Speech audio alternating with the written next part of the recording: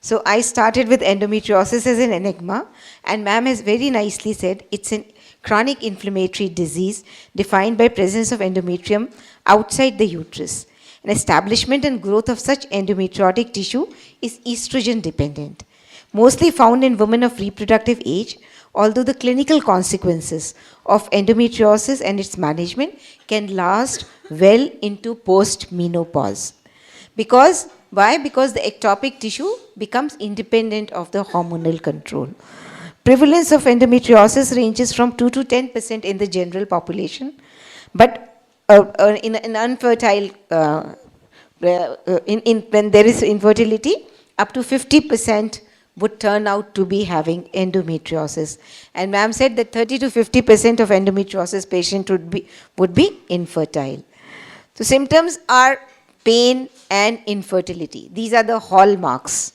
Impact of endometriosis and particularly pain symptoms has been shown on quality of life, but on range of activities and life domains, including physical function, everyday activities and social life, education and work, sex and intimacy and intimate partnerships, and mental health and emotional well-being.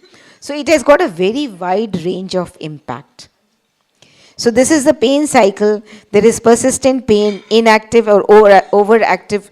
There would be fatigue, lack of stamina, weak muscles, and then the patient would be stressed, anxiety, sleep deprivation, anger, fear, moods would swing, time off work from family, everything would be affected. So this is a life course. It's an overlapping picture between infertility, pain symptoms, and systemic side effects, with no other system stays unaffected. Cardiovascular, your mood, then sphere of malignancy, autoimmune disorders, malabsorptive symptoms, metabolic disease also.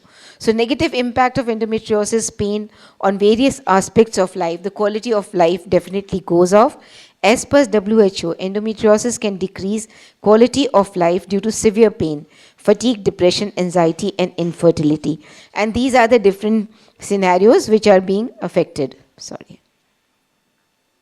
So everything, the presentation is based wholly on ESHRE guidelines 2022, which are the update on 2014. So the diagnosis is basically history-based, cyclical and non-cyclical signs and symptoms, dysmenorrhea, deep dyspareunia, dysuria, dysgeusia, painful rectal bleeding, or hematuria, shoulder tip pain, catamenial pneumothorax, cyclical cough, hemoptysis, chest pain, cyclical scar swelling and pain, fatigue and infertility. Clinical examination includes vaginal examination in women with suspected endometriosis. Diagnosis is based basically on clinical examination, and if it is normal, then further diagnostic steps including imaging, ultrasound or MRI should be considered. But negative findings does not exclude endometriosis. This is the paradox. So your suspicion should always stay high. No use of measurements of biomarkers in endometrial tissue, blood, menstrual or uterine fluids to diagnose endometriosis, and laparoscopy is no longer the diagnostic gold standard and is now only recommended in patients with negative imaging results and or where empirical treatment was unsuccessful or inappropriate. So this is the diagnosis. This is the shoulder tip and all. So a diary. They've suggested, this is an ESHRE chart. So they've suggested keeping a diary also does not decrease the time to diagnosis, which is supposed to be 2 to 8 years. So once you have these symptoms, you explore a diagnosis of endometriosis by negative imaging, clinical examination, which could be vaginal and imaging. Then we look at differential diagnosis if there are signs of endometriosis or empirical medical treatment which is being given. Further diagnostic steps would be taken to explore the presence and absence of deep infiltrating endometriosis and endometriomas. If these are present, further imaging for ruling out urinary tract involvement, digestive tract involvement based on signs and symptoms, and we explore peritoneal endometriosis by diagnostic laparoscopy, but it is not diagnostic at any cost nowadays. It has to be an operative laparoscopy. We try and postpone any surgery in a girl who is having endometriosis, except who has had endometriomas larger than 4 to 5 centimeters, no surgery is decided, and we always try and do one and the last final surgery. So undetermined ovarian mass, investigate and follow up according to local protocols. And this is again a pain algorithm. So again, pain, we have how the pain treatment is, we are taking NSAIDs, hormonal treatment and surgeries. This was a very interesting chart, but it's very busy. I was trying to enlarge it, but nahi ho raha hai. So NSAIDs and other analgesics, combined hormonal contraceptives, oral, vaginal, ring or transdermal hormones can be given to reduce endometriosis associated dyspareunia, dysmenorrhea and non-menstrual pelvic pain. Progesterones also reduce endometriosis associated pain. Levonorgestrel releasing intrauterine system or etonogestrel releasing subdermal implant to reduce again endometriosis related pain. GnRH agonists, these all are ESHRE guidelines, agonists to reduce endometriosis associated pain, although evidence is limited regarding dosage or duration of treatment. Combined hormonal add-back therapy along with GnRH agonist has to be added if the treatment goes beyond 6 months. GnRH antagonists, these are a new kid on the block to reduce endometriosis associated pain, although evidence is limited regarding dosage and duration of treatment. Aromatase inhibitors may be prescribed in combination with oral contraceptives, progestogens, GnRH agonist and GnRH antagonist. There was a lot many guidelines which are strong recommendations and weak recommendations. Only few could have been represented over here. Surgical treatment with ovarian endometrioma, clinicians should perform cystectomy instead of drainage and coagulation. Ma'am has very clearly said it, as cystectomy reduces recurrence of endometrioma and endometriosis associated pain. When performing surgery for ovarian endometrioma, specific caution should be used to minimize ovarian damage. Hysterectomy with or without removal of ovaries, with removal of all visible endometriotic lesions in the women who no longer wish to conceive and fail to respond to more conservative treatments. Medical therapies as an adjunct to surgery is not recommended. To prescribe preoperative hormone treatment to improve the immediate outcome of surgery for pain with endometriosis, but they may be offered postoperative hormonal treatment to improve the immediate outcome of surgery for pain, not infertility. So patient who wish to conceive, the first 6 months post-surgery is the golden period for her, because at that time endometriosis is at the minimum, at the lowest level, inflammation is reduced, so implantation and fertilization rates would be better. So medical versus surgical treatment for endometriosis, a shared decision-making approach when choosing between hormone treatments and surgical treatment for endometriosis-associated pain. And non-medical management strategies we have to discuss to address quality of life and psychological well-being in women managing symptoms of endometriosis-related pain. No recommendation can be made for any specific non-medical intervention, that is Chinese medicine, nutrition, although nutrition may be beneficial, and weight loss also. Electrotherapy, acupuncture, physiotherapy, exercise and psychological interventions to reduce pain or improve quality of life in women with endometriosis, as the potential benefits and harms are unclear. So limitations of NSAIDs and COCs while we are using analgesics, no high quality studies in last 3 decades support definitive results of NSAIDs on endometrial pain, but yes, they do improve, but the pain cycle now they say has a central sensitization system. If the pain once starts and it goes on to the central nervous system, it sensitizes again and again. If the girl is exposed, there becomes a sensitization and there becomes hyperreflexia. And that is the reason why we need to stop endometrial associated pain in young girls as fast as possible. Because if it becomes later and later, the pain will start flitting from one organ to another. It will either go to rectum, it will either go to bladder. But it is just a hyperreflexia syndrome. Maybe not endometriosis has reached rectum or the bladder. But because of the organs being nearby, this pain sensitization, central sensitization plays a very big role in persistence of pain in patients with endometriosis and also those in whom a surgery has been done and endometriosis has been cleared. So habitual use of NSAIDs can lead to a nephrotoxicity. Combined OC's drawbacks, pharmacokinetic profile has intersubject variation, especially in metabolism arena. Metabolism of COC is hampered in obese patients. Maybe it's hampered, or maybe obese patients have extra estrogen a per se. COC has shown interaction with multiple drugs, rendering it difficult to prescribe in women with comorbidities. So limitations of progestins and GnRH. Oral progestogens undergo high first pass liver metabolism. Experimental studies suggest metabolism may also occur at the site of administration, may alter intensity of action required, and 1/3 patients are resistant to progestogen therapy. GnRH agonists, they are good because they suppress everything. So delayed response due to initial flare-up, suppression of estradiol to less than 20 picogram per ml, where the signs and symptoms of hypoestrogenemia will be very high.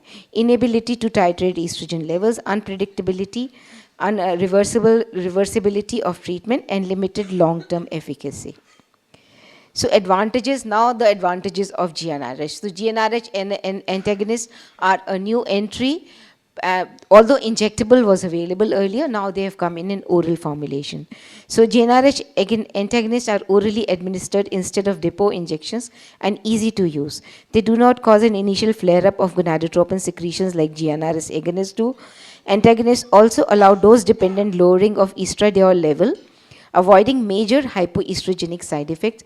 Shortly after discontinuation of oral GnRH antagonists, recovery of the menstrual cycle occurs with estrogen levels returning to their normal pre-menopausal levels. So the drug is elagolix, is a potent orally active nonapeptide developed by AbbVie in collaboration with Neuroendocrine Biosciences and has been US FDA approved in 2018. So mechanism is GnRH agonist similar in structure to natural GnRH. They suppress pituitary functions through direct competition with GnRH receptors, thus induce a rapid drop of estrogen without provoking a flare-up effect. So its half-life is 2.4 to 3.6 hours, achieves peak plasma concentrations in 30 to 60 minutes, and undergoes hepatic metabolism mainly mediated by CYP3A4 with 90% of the excretion in the feces.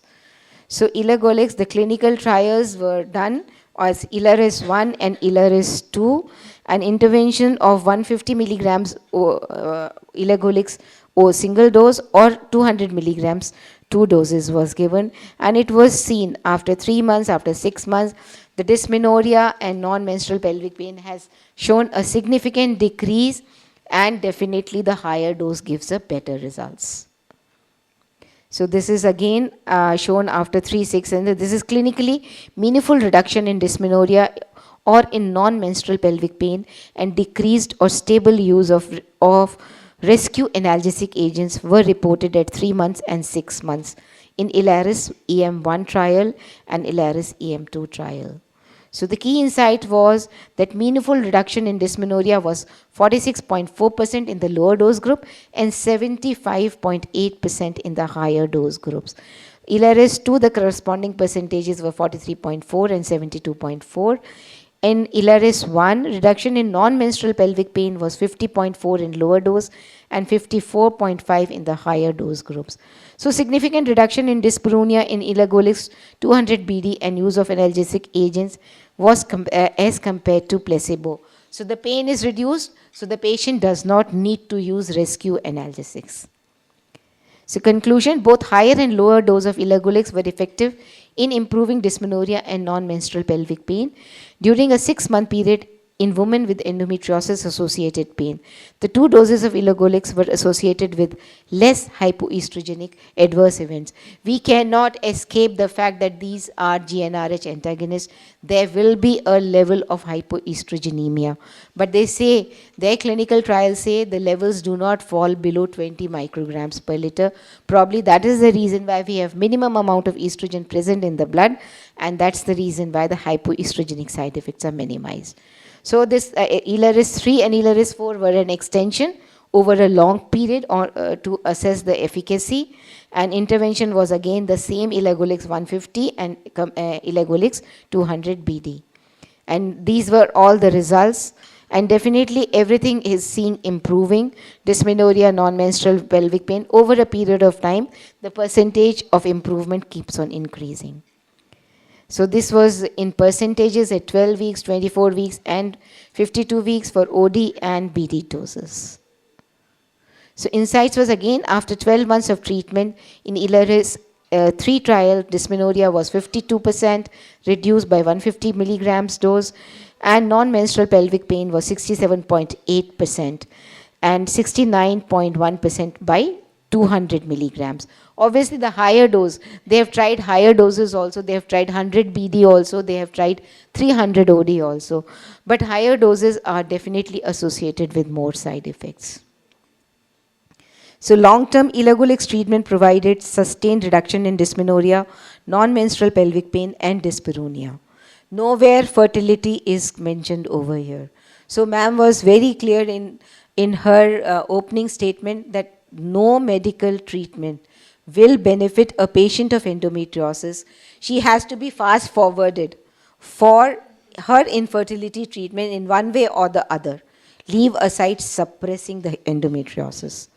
So no new safety concerns were associated with long-term use of elagolix, except yes, hypoestrogenic effects were definitely there.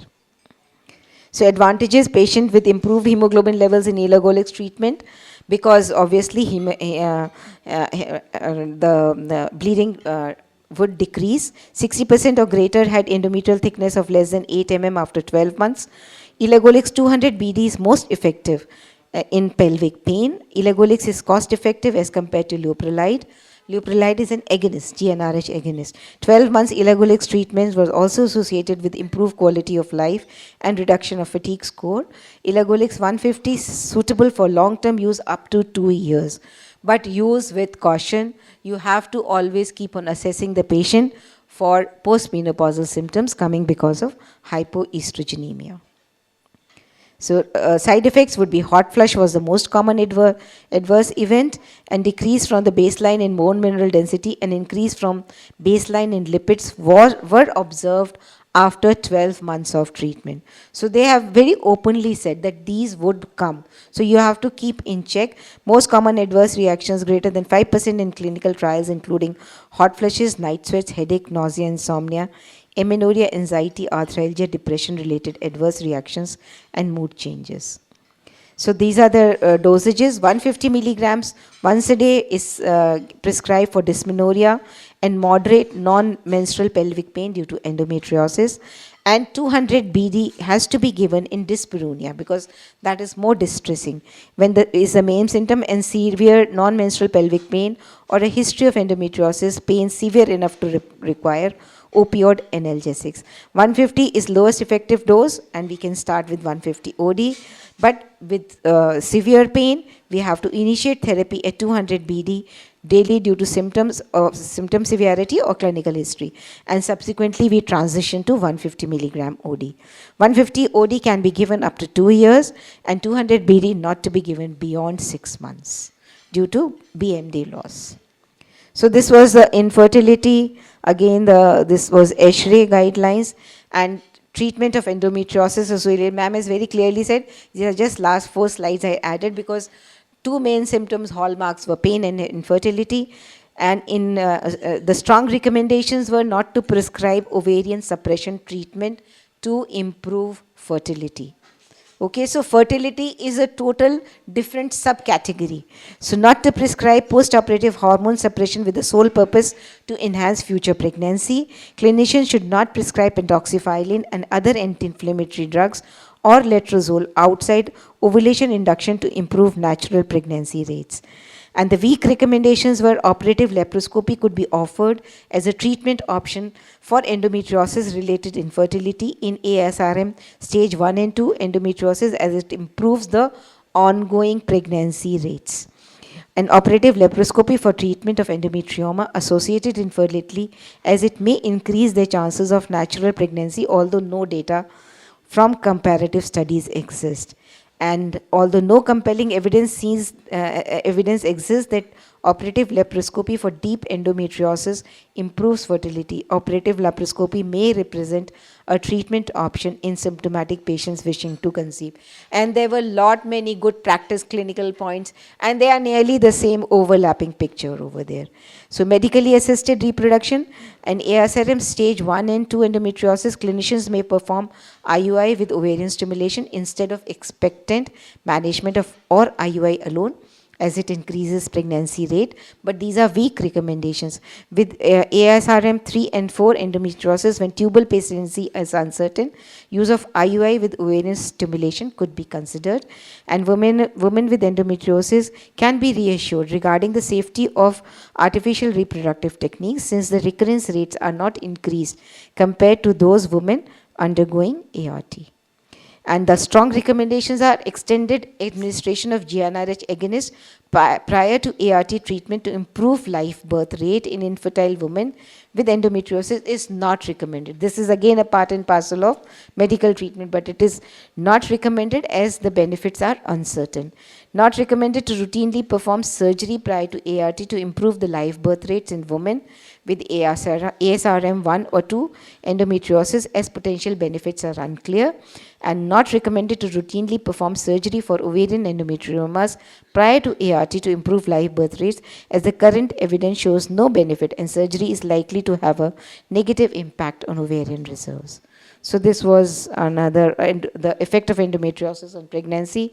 And this was a important chart which I just came across, and it says the rate of ovarian cancer in all women is 1.3 in 100, but in endometriosis it becomes 2.5 in 100. Breast cancer 12.8 in 100 increases to 13.3. And thyroid cancer increases from 1.3 to 1.8. And the bottom line was the same risks are in for colorectal cancer. The risk is same in patients with or without endometrioma, but cervical cancer risk becomes lower. So that has got myriad of reasons. Dr. Sangeeta would elaborate. So thank you.